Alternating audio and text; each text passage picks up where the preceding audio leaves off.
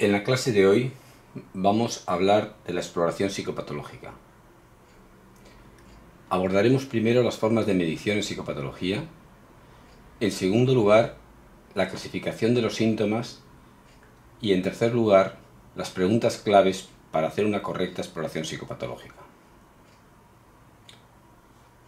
Hay dos tipos de fenómenos en psicopatología.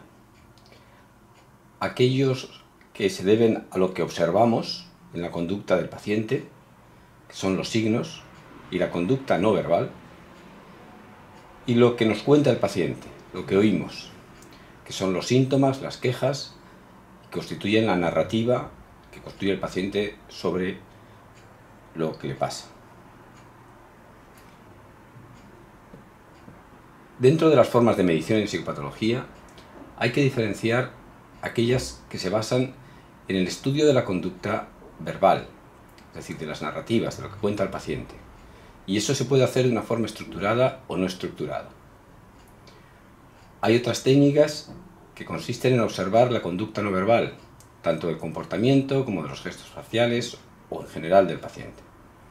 Y por último, podemos intentar hacer registros de la respuesta fisiológica, tanto periférica como central.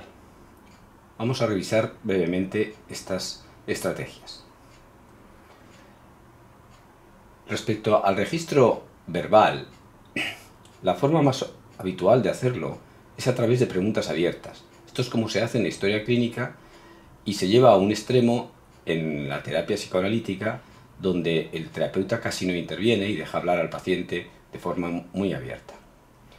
En la historia clínica normal hacemos preguntas abiertas, pero luego pasamos a lo que llamamos una entrevista semiestructurada, porque tenemos que rellenar una serie de apartados de los antecedentes personales, familiares, etc. La otra forma de hacerlo, que se utiliza mucho en investigación, es una entrevista a partir de una escala o de una entrevista muy estructurada. La forma típica de medir en psicopatología es hacer escalas en que, por ejemplo, un síntoma como la tristeza, el paciente tiene que decir en qué grado se encuentra triste, si un poco, regular o mucho. También hay escalas en que en vez de que sea el paciente el que tiene que apuntar o anotar estos síntomas, es el propio terapeuta el que hace la baremación. En cualquier caso, sea la escala autoaplicada o heteroaplicada, estas escalas se utilizan mucho en investigación, pero poco en la práctica clínica. La segunda estrategia tiene que ver con fijarnos en la conducta no verbal, y dentro de la conducta no verbal, lo que más se ha investigado, sin duda, han sido las emociones básicas ligadas a la expresión facial. Aquí tenemos una muestra de las 6 emociones básicas que tienen que ver con la primera, la felicidad, la cólera o la ira, la tristeza, la sorpresa, el disgusto y el miedo.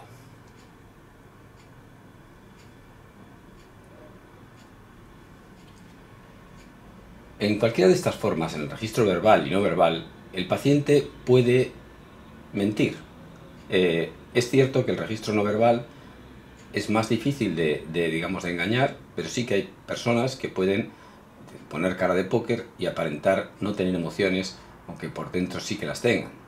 Para intentar suplir este problema, a principios del siglo XX se ideó lo que se llama popularmente el detector de mentiras, que no consiste más que en un registro fisiológico de variables como el ritmo cardíaco, el ritmo respiratorio, la respuesta, el nivel de sudoración a través de la respuesta de la resistencia de la piel, y se supone que cuando nos emocionamos estas variables cambian y nos pueden decir en qué grado estamos. Si estamos engañando, se supone que tenemos una taquicardia o tenemos un aumento del ritmo respiratorio y podemos detectar si el paciente dice o no dice la verdad.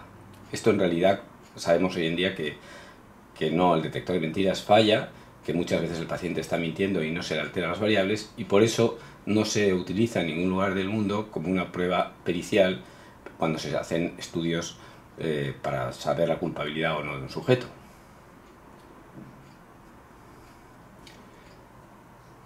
Lo más interesante sería hacer un registro directo de la actividad cerebral.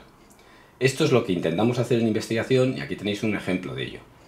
En esta diapositiva se ve cómo se activan los cerebros de sujetos controles, sujetos normales, ante palabras emocionales. Como vemos, activan sobre todo las áreas perisilvianas del lóbulo temporal. Sin embargo, en sujetos, en este caso, que eran alucinadores crónicos, esas mismas palabras provocaban una activación mucho más grande del cerebro en muchas otras áreas, además de las áreas perisilvianas, pues también está implicado el frontal, el parietal, etc. Desgraciadamente, este tipo de marcadores que estamos buscando todavía no son suficientemente precisos como para ser utilizados y específicos como para ser utilizados en la práctica clínica, aunque quizá en un futuro sí podamos hacerlo. En el segundo apartado vamos a ver cómo clasificamos los síntomas.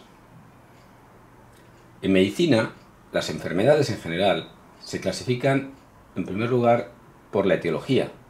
Esto es, el ejemplo típico sería las enfermedades infecciosas y también las enfermedades genéticas. La segunda forma de clasificar las enfermedades es a partir de la anatomía patológica.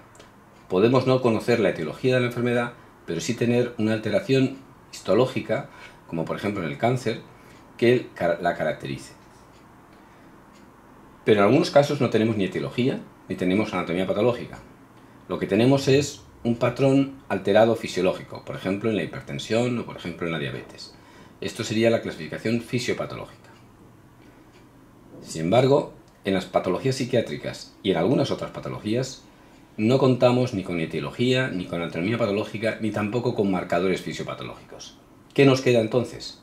Pues no nos queda más que poder agrupar o definir las enfermedades por agrupación de síntomas. Esto es lo que hacemos en psiquiatría, también se hace en algunos aspectos del digestivo, por ejemplo en el colon irritable, y también en muchas enfermedades reumatológicas. En definitiva, como dijo Kandel hace ya muchos años, tal como están las cosas, no tenemos otra elección que utilizar una clasificación basada en síntomas a pesar de sus limitaciones e imperfecciones, ya que por ahora no tenemos en la práctica ninguna otra alternativa válida.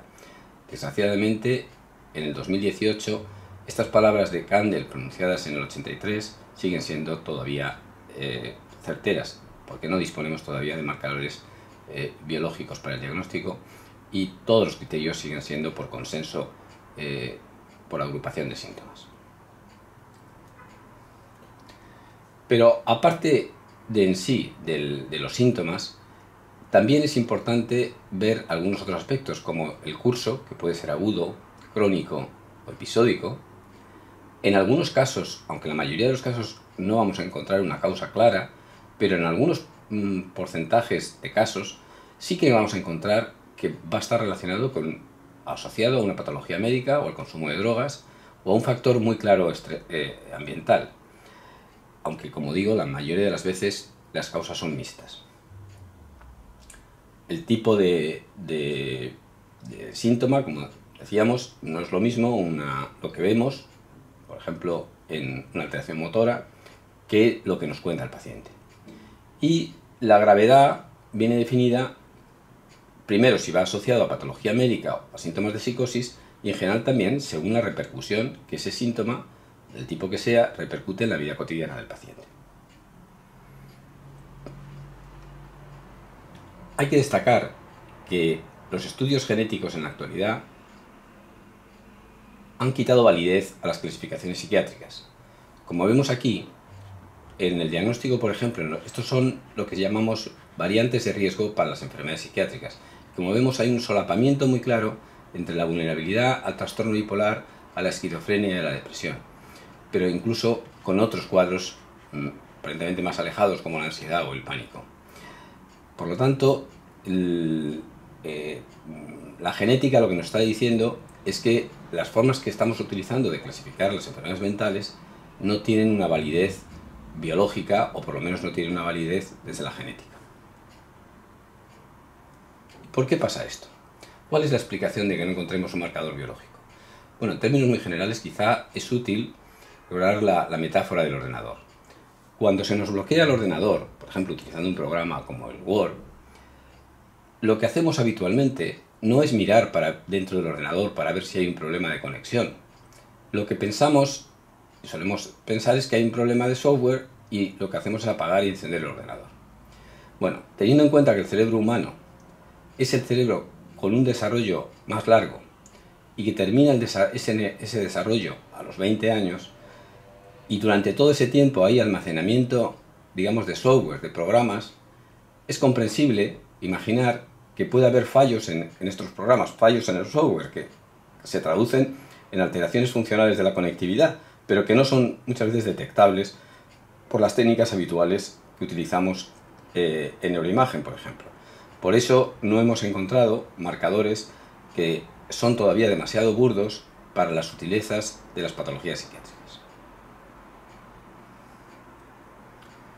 En cualquier caso, desde un punto de vista práctico, cuando estamos en un centro de atención primaria o en un centro de salud mental, vamos a encontrar un tipo de clientes, que ya ni siquiera de pacientes, que acuden al centro por quejas, por molestias, pero que en realidad no podemos identificarles como que tengan un diagnóstico de un trastorno psiquiátrico. Luego tendríamos otro grupo de pacientes que sí tienen un trastorno mental, pero sería de tipo leve. Y por último tendríamos un grupo más minoritario, pero muy importante, de lo que llamamos trastorno mental grave. En esos dos grupos de pacientes, la paradoja es que los que más buscan tratamiento de ayuda son los cuadros más leves, o incluso aquellos que no tienen en realidad patología, los que llamamos antes buscadores de la felicidad. Y los trastornos mentales más graves, precisamente, muchas veces no buscan ayuda y tenemos que hacer ingresos forzosos. Por lo tanto, tenemos aquí una situación paradójica que limita y que dificulta el tratamiento de los enfermos mentales.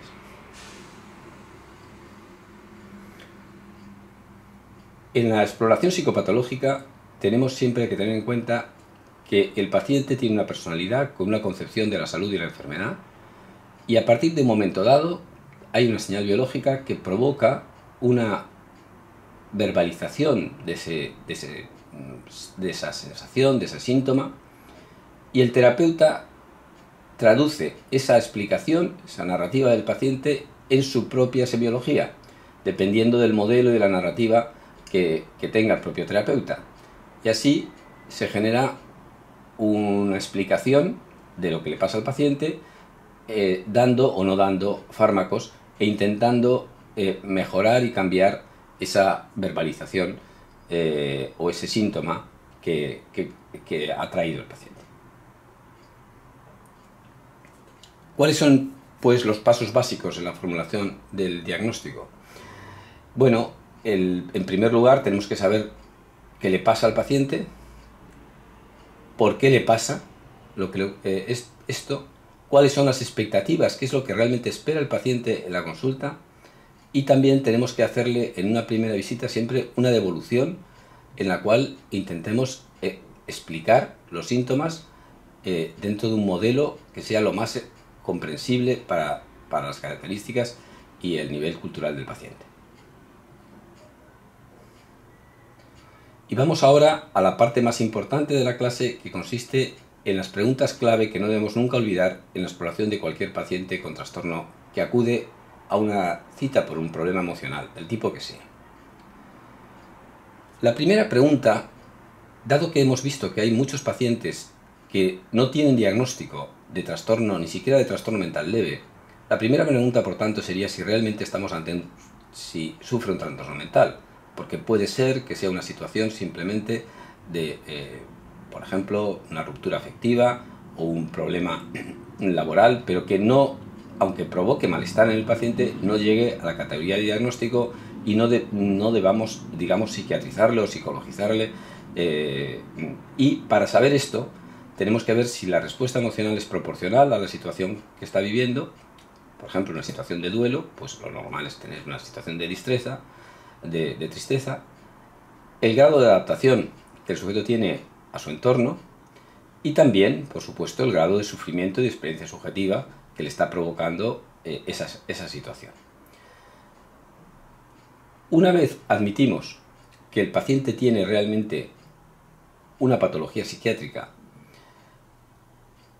hay que saber que hay una serie de jerarquía en los síntomas.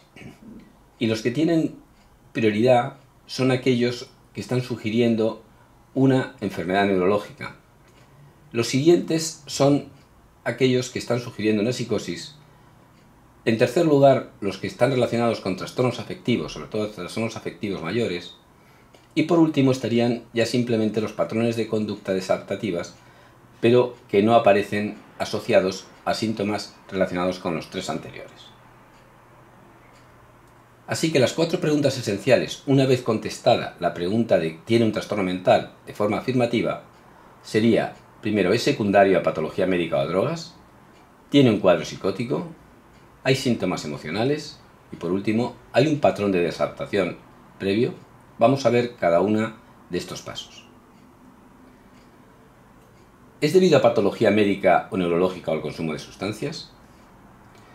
Las pistas generales sobre si un trastorno mental es secundario a patología médica o a drogas son las siguientes. Aparece mucho más frecuente en personas de edad avanzada. Cuando es de una forma aguda, en muchas ocasiones puede ir asociado a una alteración más o menos intensa del nivel de conciencia. Cuando es crónico, suele asociarse a un grado de deterioro cognitivo, sobre todo a alteraciones de la memoria, como son características de las demencias. También en la exploración vamos a ver síntomas físicos o síntomas neurológicos focales, por ejemplo, una parálisis o una alteración perceptiva. Muchas veces, cuando preguntamos sobre antecedentes del paciente, no va a tener ningún antecedente psiquiátrico. La clínica y la psicopatología va a ser atípica y el curso también atípico. Y en algunas ocasiones la información esencial no viene del propio paciente, sino de los familiares. Por ejemplo, esto ocurre a menudo en el tema de si la patología está relacionada con el abuso de sustancias o consumo de drogas. Aquí tenéis los síntomas en la tabla de exploración psicopatológica que están relacionados con la patología neurológica. Fijaros que son las alteraciones de la memoria en la patología crónica y las alteraciones de la conciencia en el cuadro agudo. Fundamentalmente la desorientación. Esto lo dais luego en forma particular en cada tema de la memoria y de la conciencia. La segunda pregunta, una vez hemos descartado que tenga una patología neurológica o que esté asociado el cuadro a un consumo de drogas, es si se trata de un trastorno psicótico. Dicho de una manera popular, si el paciente está fuera de realidad, es decir, está loco. ¿Cómo podemos saber eso? Bueno, las características esenciales de la psicosis es que hay una alteración en la interpretación de la realidad. El sujeto se mete en una película, en una historia que es personal y que la vive intensamente como algo real.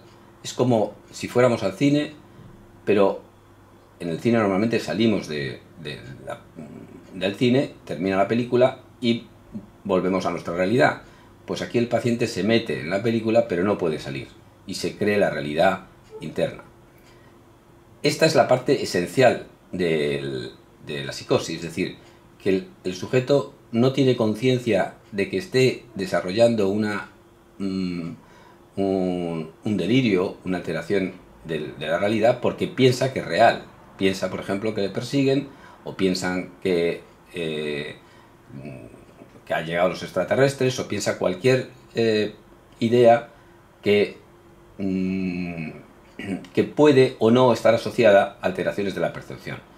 Es decir, que la psicosis se puede facilitar porque aparezcan sobre todo alucinaciones de tipo auditivo, pero puede aparecer también sin alucinaciones. Lo que es esencial en la psicosis es que el sujeto se salga de la realidad y construya su propia realidad. Aquí tenéis la lista de síntomas que están relacionadas con la psicosis en la tabla de la psicopatología. Serían sobre todo las alteraciones de la percepción, que incluye alucinaciones, pseudoalucinaciones, ilusiones y alucinosis, las alteraciones del pensamiento, sobre todo en formas de trastornos en el contenido del pensamiento. Un aspecto esencial es la falta de insight o la no conciencia de enfermedad. Lo que llamamos insight o conciencia de enfermedad no es un blanco y negro, no es decir tiene conciencia o no tiene conciencia de enfermedad. El paciente puede, por ejemplo, reconocer que duerme mal, pero pensar que realmente le está persiguiendo la CIA y creer que eso es real o que las voces que oye son reales.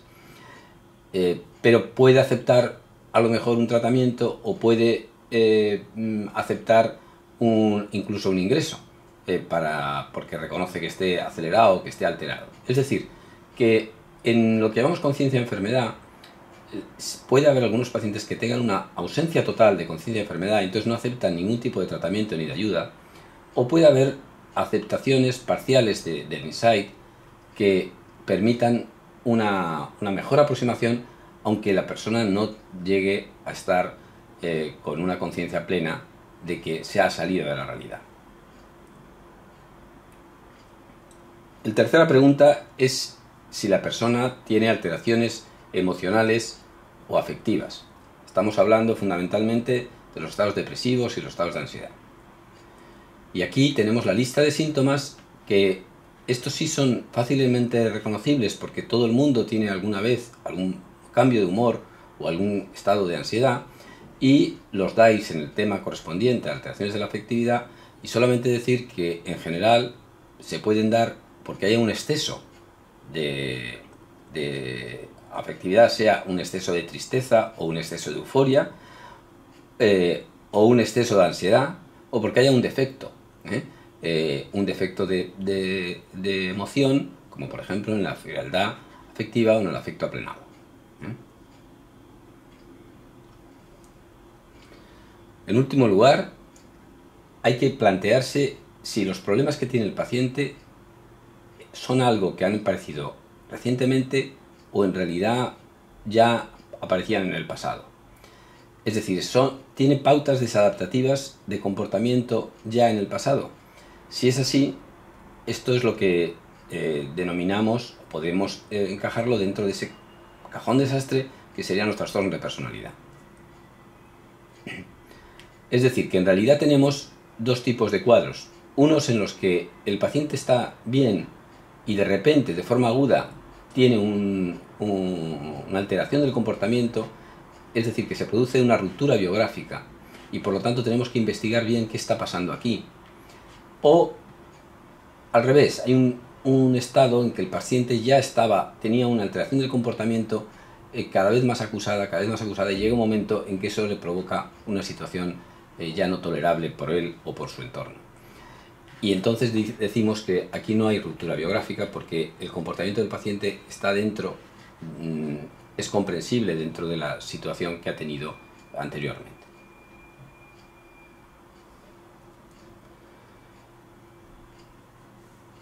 En términos generales, también hay que destacar que en cualquier trastorno mental hay que ver, por tanto, los factores que predisponen, qué es lo que hace que una persona sea vulnerable a enfermar, cuáles son los factores precipitantes, por qué está ocurriendo ahora, y cuáles son los factores de mantenimiento, por qué esos síntomas no han desaparecido.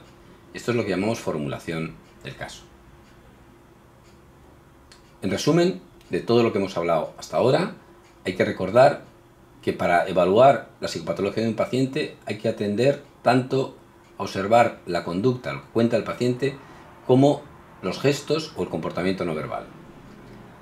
Hay que valorar la jerarquía de síntomas y la repercusión de los mismos en su vida cotidiana, que marcará la gravedad. Y en primer lugar, hay que descartar síntomas asociados a problemas neurológicos o a drogas. En segundo lugar, hay que valorar si el paciente sufre un cuadro psicótico, si está fuera de la realidad. En tercer lugar, en qué medida está sufriendo un estado de ansiedad o un estado depresivo. Y por último, evaluar la adaptación que ha tenido el paciente anteriormente y el grado de ruptura biográfica.